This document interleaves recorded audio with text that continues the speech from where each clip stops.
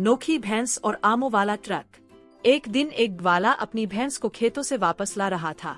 शाम तक जब उसने भैंस का दूध दुहा तो हैरानी की बात हुई, भैंस ने पूरे 1000 लीटर दूध दे दिया। ग्वाला खुशी से नाचने लगा और बोला, वाह भैंस रानी, आज तो अमीर बना दिया। लेकिन अगली सुबह जब वो फिर दूध निकालने गया तो भैंस ने एक बूंद भी दूध नहीं दिया। ग्वाला गुस्से से चिल्लाया, ऐसी निकम्मी भैंस का मैं क्या करूं?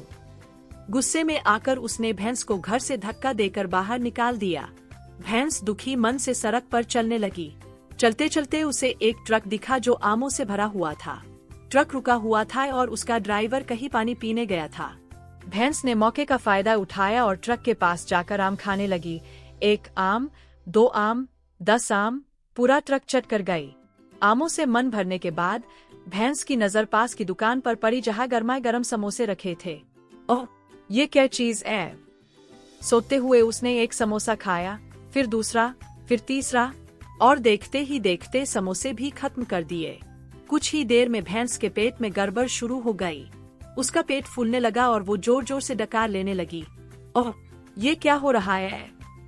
अचानक उसका पेट इतना फूल गया कि वो धीरे धीरे हवा में उड़ने लगी। अब भैंस आसमान में तैर रही थी। नीचे लोग हैरानी से उसे देख रहे थे। उसी समय एक निशानेबाज आया जिसके पास धनुष और तीर था। उसने कहा, चिंता मत करो, मैं इसे बचाता हूँ। उसने तीर चलाया और भैंस के पेट पर निशाना लगाया। जैसे ही तीर लगा, एक जोरदार आवाज आई, फुस्सा, बूम।